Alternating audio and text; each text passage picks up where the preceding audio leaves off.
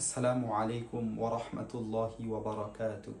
প্রিয় বোন, দুনিয়ার নিয়ম রীতি হিসাবে তোমাদের নিজের বাড়ি বলতে কিছুই নেই।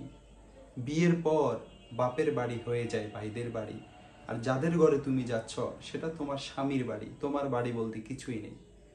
শৈশবে যাদের সাথে খেলাধুলা করেছ, যাদের সাথে বেড়ে উঠেছ, যে পরিবেশে বেড়ে উঠেছ, সেই পরিবেশ ছেড়ে এবং সেই মানুষগুলোকে ছেড়ে তোমাকে চলে যেতে হয় ভিন্ন মানুষদের কাছে, ভিন্ন পরিবেশে।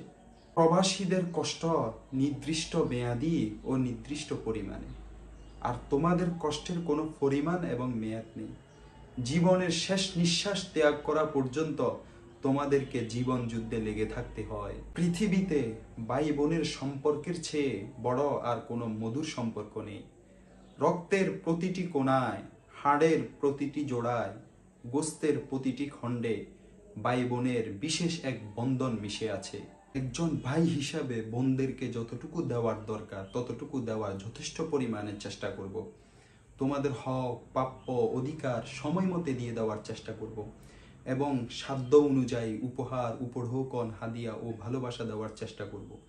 জীবনের শেষ মুহূর্ত পর্যন্ত তোমাদের খোঁজ খবর নিব এবং অন্তিম মুহূর্তে ছেলে সন্তানদেরকে ওসিয়ত করে যাব যেন তারা সব সময় তোমাদের পাশে থাকে। তোমাদের স্বামী, শ্বশুর, শাশুড়ি ও তাদের সংশ্লিষ্ট ব্যক্তিবর্গদেরকে যথাযথ সম্মান প্রদর্শন করব এবং বিপদে আপদে এগিয়ে আসব। আমাদের কলিজার টুকরা ভাগিনা ভাগ্নিদেরকে মানুষের মতো মানুষ করার জন্য যথেষ্ট পরিমাণে চেষ্টা করব এবং তাদেরকে ভালোবাসা দিয়ে আগলিয়ে রাখব। সুনানুত তিরমিজি 1916 নং হাদিস।